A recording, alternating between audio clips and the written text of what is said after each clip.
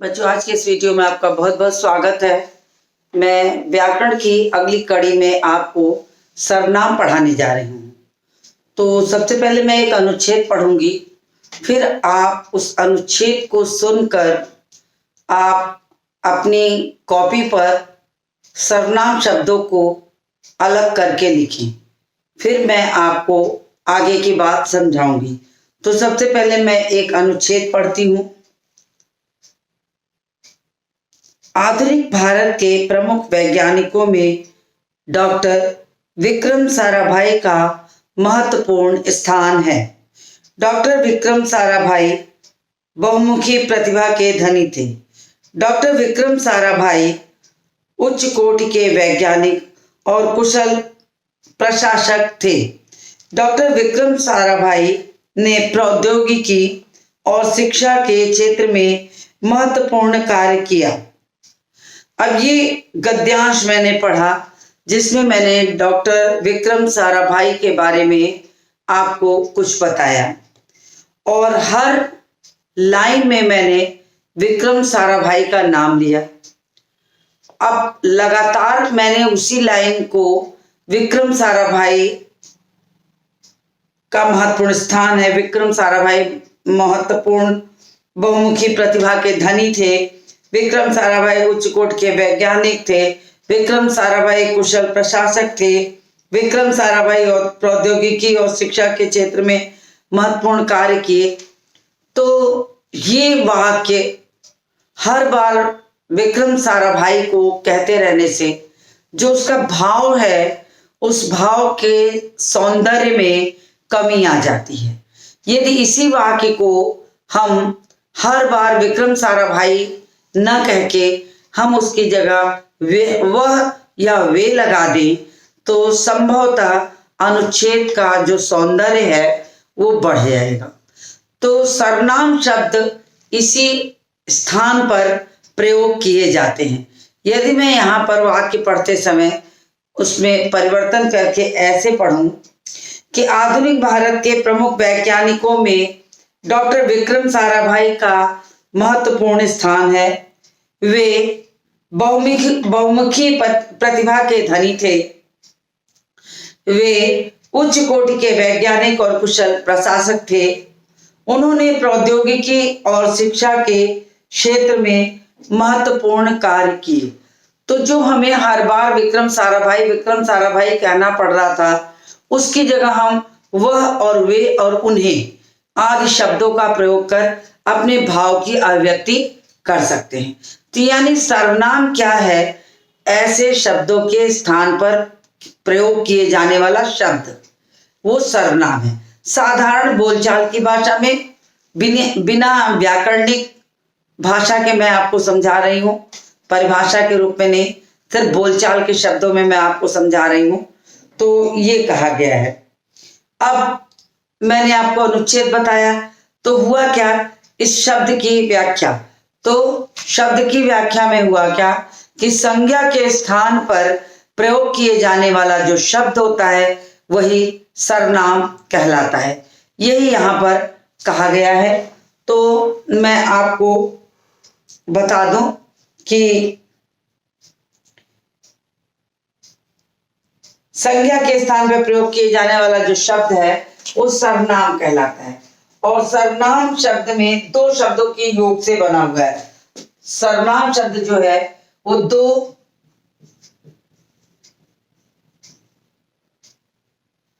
शब्दों के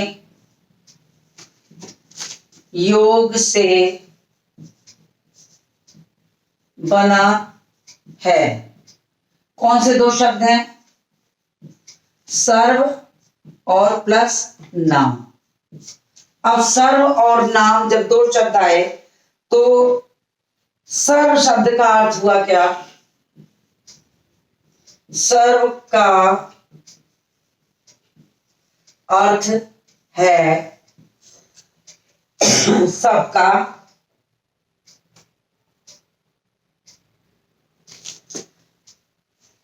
सर्व का अर्थ है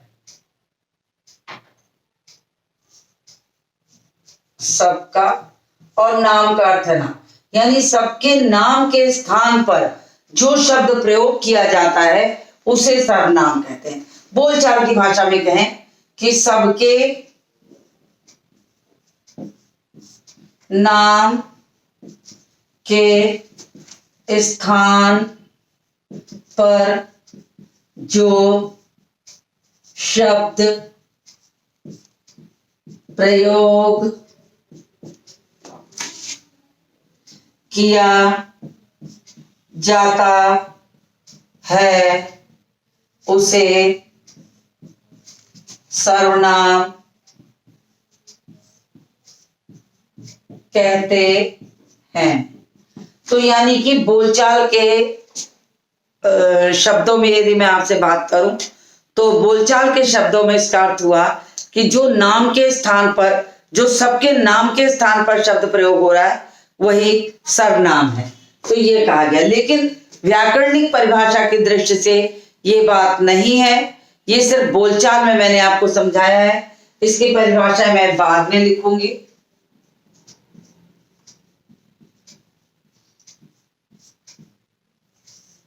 तो अभी मैंने क्या किया कि आपको एक अनुच्छेद पढ़ के सुनाया और उस अनुच्छेद के माध्यम से मैंने आपको समझाया कि वास्तव में क्या है कि जितने अनुच्छेद में साराभाई शब्द आया था, जितना व्यक्तिवाचक संज्ञा आया था, उसके स्थान पे मैंने एक शब्द प्रयोग किया। सबके ऐसे ही सबके स्थान, नाम के स्थान पर जो शब्द प्रयोग होता है उसे हम क्या कहते हैं? उसे हम कहते हैं सर्वनाम।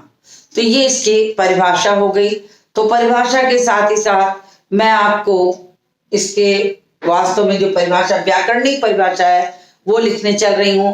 तो वो है क्या? संज्ञा के स्थान पर, संज्ञा के स्थान पर प्रयोग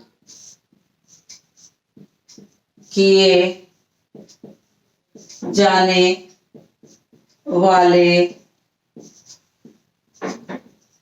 शब्दों को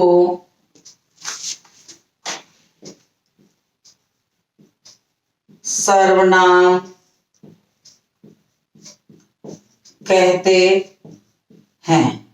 ये हमारी इसकी क्या हो गई? व्याकरणिक परिभाषा हो गई सर्वनाम की, कि सर्वनाम किसे कहते हैं। यदि आपसे सर्वनाम किसे कहते हैं पूछा जाता है तो आप लिखेंगे संज्ञा के स्थान पर प्रयोग किए जाने वाले शब्दों को सर्वनाम कहा जाता है। तो ये इसकी व्याकरणिक परिभाषा हो गई। अब मैं उदाहरण भी लिख दूं,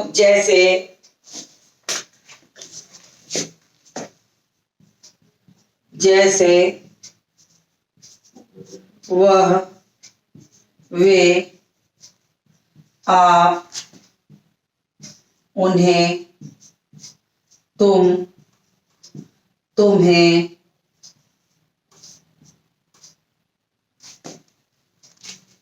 मैं, इत्यादि। तो ये आपका परिभाषा मैंने आपको समझा दी कि सर्वनाम की परिभाषा क्या होती है, किसे कहते हैं, तो वो मैंने आपको बताया। अब मैं इसके भेदों को आपको समझाऊंगी कि इसके भेद कितने हैं। तो सबसे पहली बात है कि इसके भेद याद करने में विद्यार्थी को थोड़ी कठिनाई होती है। वास्तव में कारण क्या है कि यदि हम भेदों की बात करें तो संज्ञा के सिर्फ 3 भेद होते हैं, सर्वनाम के 6 भेद हैं। विशेषण की बात करें तो विशेषण में भी आपके 4 भेद हैं। उसके बाद क्रिया में 2 भेद हैं, मुख्य रूप से 2 भेद हैं, अकर्मक और सकर्मक। उसके बाद विशेषण की बात, क्षमा चाहे क्रिया विशेषण की बात करें तो उसके भी 4 भेद हैं। यानी सर्वनाम भेदों के मामले में सबसे धनी है और इसके 6 भेद होते हैं। तो बच्चों को याद करने में, क्रमानुसार याद करने में बहुत कठिनाइयां होती हैं। तो वो कभी कभी भूल से कभी संज्ञा उसमें मिला देते हैं, कभी विशेषण मिला देते हैं, तो उनके लिए जो होता है वो कठिन हो जाता है। तो मैं प्रायः बच्चों को इसे मुंह ज़बानी याद करा देती हूँ और उनको समझा देती हूँ कि अगर आपको भेद कभी ना याद हो तो आप उन भेदों को कैसे याद करेंगे। तो उन भेदों को याद करने की बात यदि करें तो क्या है कि हम उसे याद कराते हैं बच्चों को कैसे, वो मैं आपको बोल के बताती हूँ कि कभी भी आपको बच्चों को याद कराना हो तो आप ऐसे ही याद कराइए। उनके फिंगर टिप पर, उंगली पर आप गिनना शुरू करिए और आपको भी बता रहे हैं तो आप ऐसे ही करिए कि जितने भेद हैं मैं उनको एक धुन की तरह बना के पुरुष निश्चय अनिश्चय, पुरुष निश्चय अनिश्चय, प्रश्न निस्संबंध, पुरुष निश्चय अनिश्चय, आप उंगलियों को ऐसे कर दीजिए, पुरुष निश्चय अनिश्चय, प्रश्न निज संबंध, पुरुष निश्चय अनिश्चय, प्रश्न निज संबंध। तो आप इस तरीके से याद कर सकते हैं इसको खुद भी कि पुरुष निश्चय अनिश्चय, प्रश्न निज संबंध। तो ये इस तरीके से इसके जो हैं वो 6 भेद हो जाते हैं। 6 भेद को याद करने में आसानी होगी। आप अगर उंगली पर याद करेंगे तो बहुत जल्दी याद हो जाएगा। तो आप ऐसे ही करिए, पुरुष निश्चय अनिश्चय, प्रश्न निज संबंध, और इस तरीके से आप अपनी 6 भेद को याद कर लीजिए। पुरुष निश्चय अनिश्चय, प्रश्न निज संबंध, और सबके साथ आप वाचक लगा के सर्वनाम लिख दीजिए। आपको बिना मेहनत के 2 मिनट के अंदर सर्वनाम के भेद जो याद हो जाएंगे।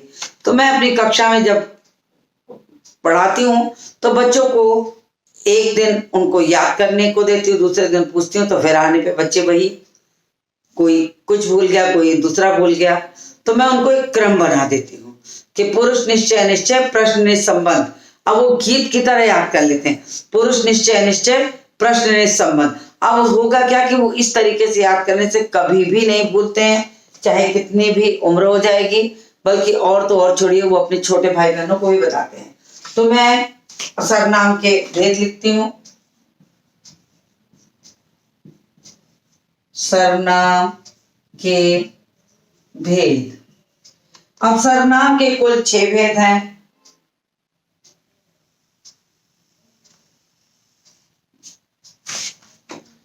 तो पुरुष,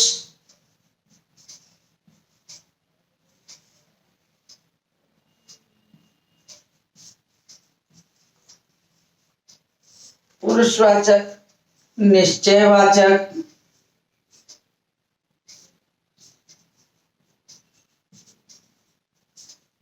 अनिश्चयवाचक,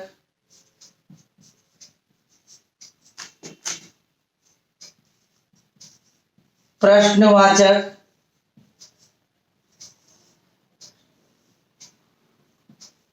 निजवाचक,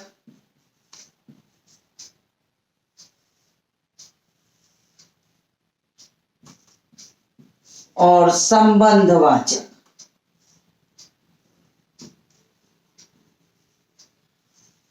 तो ये आपके भेद हो गए, पुरुष निश्चय अनिश्चय, प्रश्न निज संबंध। तो ये आपके इसके भेद हो गए जो आपको एक बार में याद हो जाएंगे, कठिनाई नहीं होगी। तो इतनी चीज अगर आपने याद कर ली है तो मैं इसको फिर आगे आपको पढ़ाऊंगी। पुरुषवाचक सर्वनाम,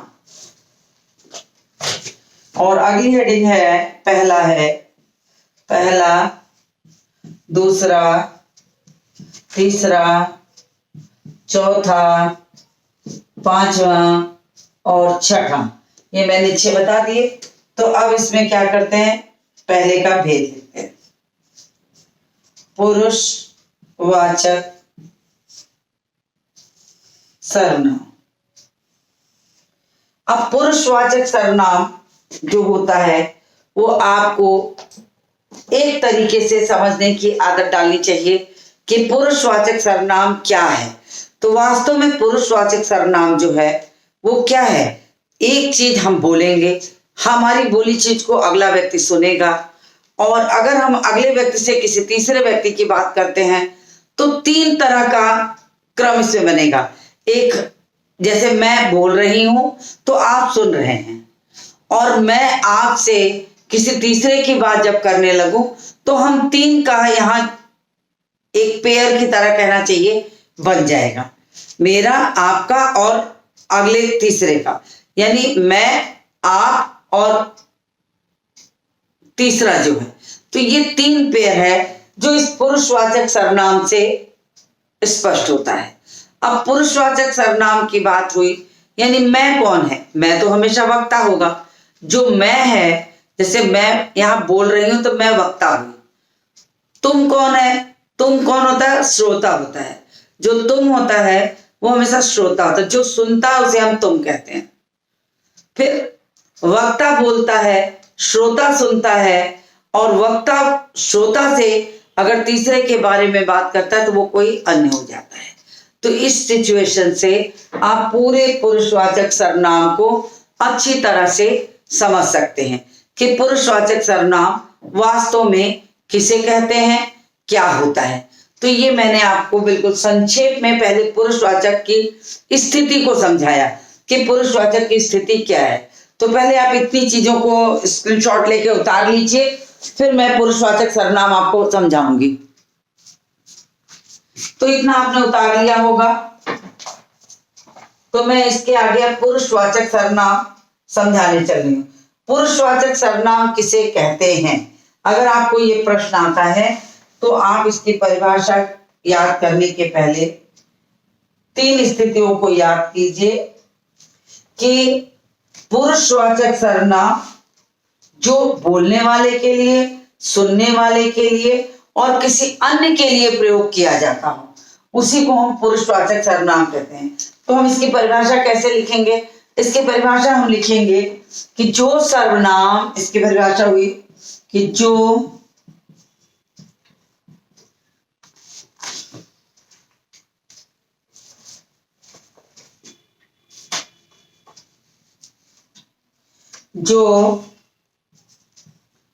सर्वनाम शब्द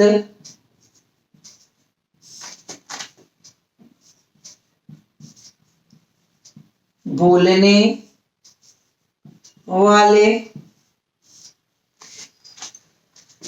वाले यानी वक्ता, सुनने वाले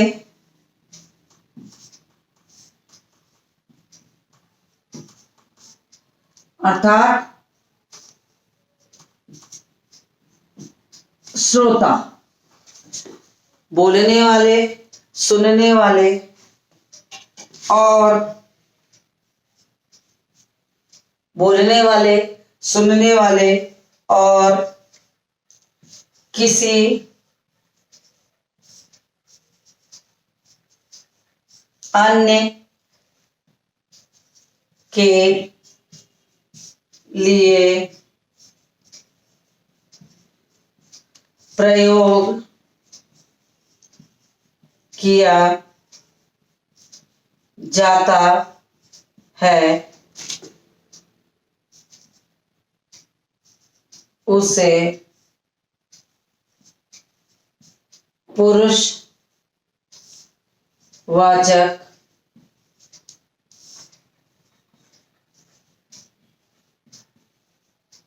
सर्वनाम कहते हैं। तो मैंने आपको इतनी बात समझा दी कि पुरुषवाचक सर्वनाम किसे कहते हैं। पुरुषवाचक सर्वनाम का मतलब हुआ कि वो शब्द जो बोलने वाले के लिए यानी मेरे लिए, सुनने वाले के लिए यानी तुम्हारे लिए, और मैं तुमसे किसी तीसरे की बात करूं तो किसी तीसरे के लिए जब प्रयोग किया जाता है तो उसे हम पुरुषवाचक सर्वनाम कहते हैं। तो ये कहा गया है, अर्थात जो शब्द वक्ता, श्रोता और किसी अन्य के लिए प्रयोग किया जाए उसे हम पुरुषवाचक सर्वनाम कहते हैं। ये इसकी मुख्य रूप से परिभाषा हो गई, या आप कहिए कि इसको साधारण भाषा में आप समझ सकते हैं। दोनों तरीका है। अगर आप इस पुरुषवाचक सर्वनाम की परिभाषा याद नहीं कर पा रहे हैं तो हमेशा याद रख लीजिए कि जो बोलने वाले के लिए, जो सुनने वाले के लिए और किसी तीसरे के लिए बोध होता हो, जो शब्द प्रयोग किया जाता हो, उसी को हम पुरुषवाचक सर्वनाम कहते हैं। ये यहाँ पर बताया गया है। जो मैंने आपको परिभाषा के तौर पे भी समझा दिया और अन्य रूप में भी समझा दिया। तो मुझे उम्मीद है कि आपको ये बात बिल्कुल क्लियर हो गई होगी, स्पष्ट हो गई होगी इतनी बात।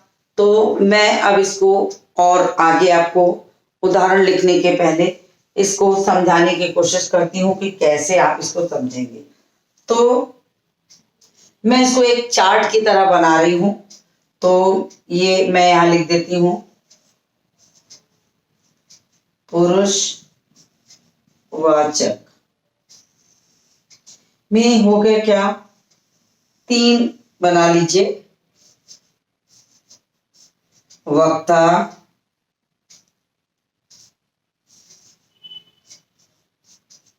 श्रोता और अन्य। यही 3 जो हैं इसके मुख्य रूप से शब्द होते हैं। मतलब आप परिभाषा न भी याद हो तो आप अगर ये 3 शब्द याद हो गए आपको, तो परिभाषा भी आपको स्वतः याद हो जाएगी कि जो शब्द वक्ता के लिए, श्रोता के लिए और किसी अन्य के लिए प्रयोग किया जा रहा है उसी को हम यहाँ पर पुरुषवाचक सर्वनाम कहेंगे। ये इसकी परिभाषा के रूप में हो गया। तो इतनी बात मैंने आपको समझा दी और अब मैं पुरुषवाचक सर्वनाम अभी और समझाऊंगी, लेकिन आप इसका स्क्रीनशॉट ले लीजिए ताकि आपको ये अच्छी तरह याद हो जाए। स्क्रीनशॉट लेके रखिए, फिर मैं इसको आगे आपको अभी और कराती हूँ। तब तक आप इसका स्क्रीनशॉट ले लीजिए। मैं किनारे हट गई हूँ, आपने स्क्रीनशॉट इसका ले लिया होगा। तो मैं अब आपको आगे इसको मैं रब करूंगी और आपको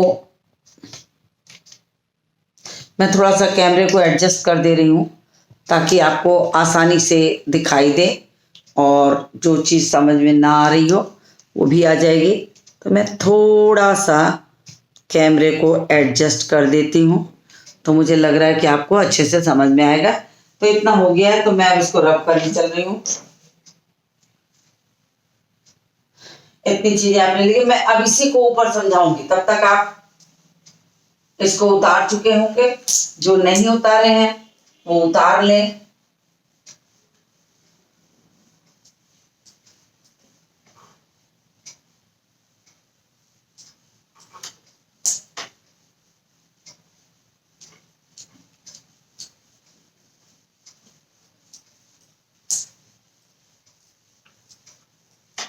देखिए मैंने इसको रब कर दिया, गलती से मैंने नीचे वाले उदाहरण को भी रब कर दिया, इसलिए मैं अब इसको ऊपर लिख देती हूँ ताकि आपको अच्छे से समझ में आ जाए कि पुरुषवाचक सर्वनाम आप कैसे पहचानेंगे, क्योंकि यही एक कठिन है थोड़ा सा।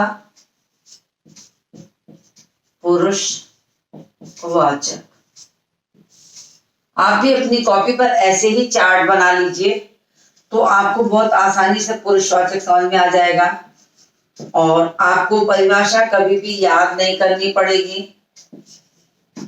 वक्ता, श्रोता और अन्य।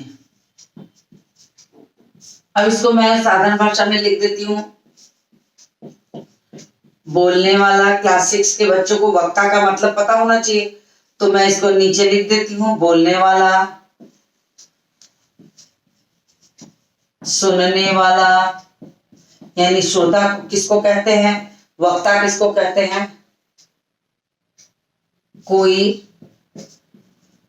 दूसरा। अब कोई दूसरा कौन होगा?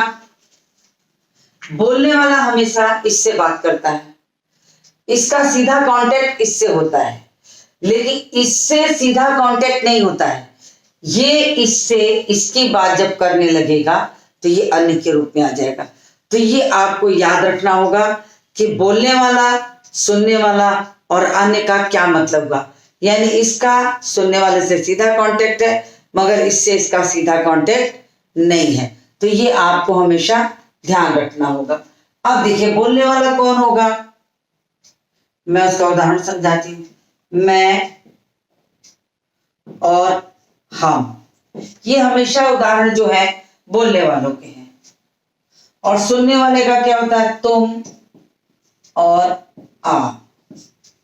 और अन्य का क्या हो जाता है, वह या वे या उन्हें भी कह सकते हैं, उन्हें बुलाओ।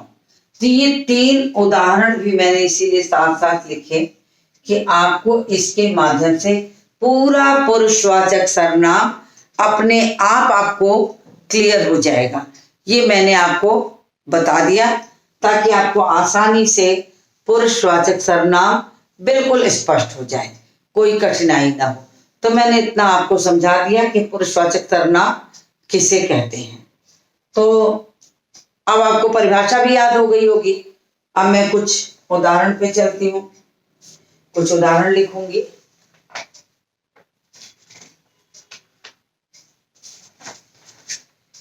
चलिए उदाहरण लिखते हैं।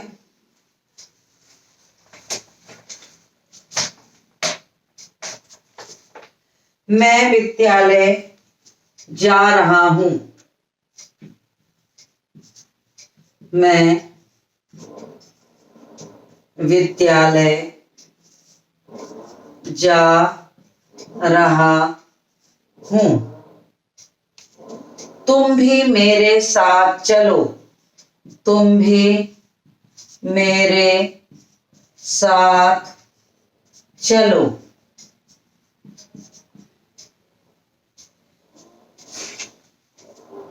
वे सब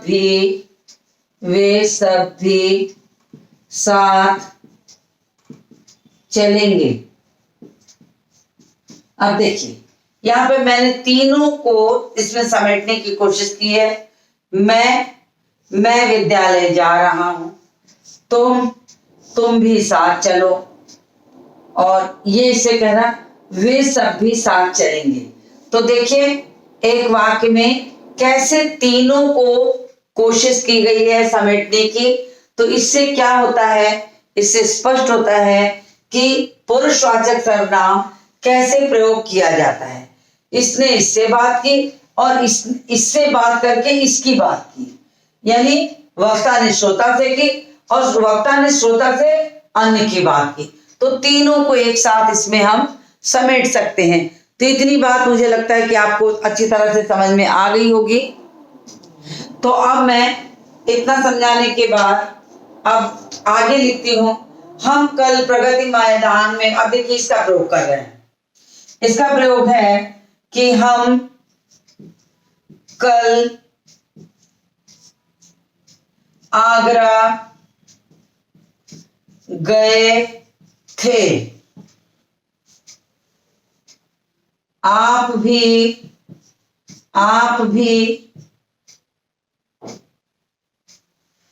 वहां गए। आप भी वहां गए थे।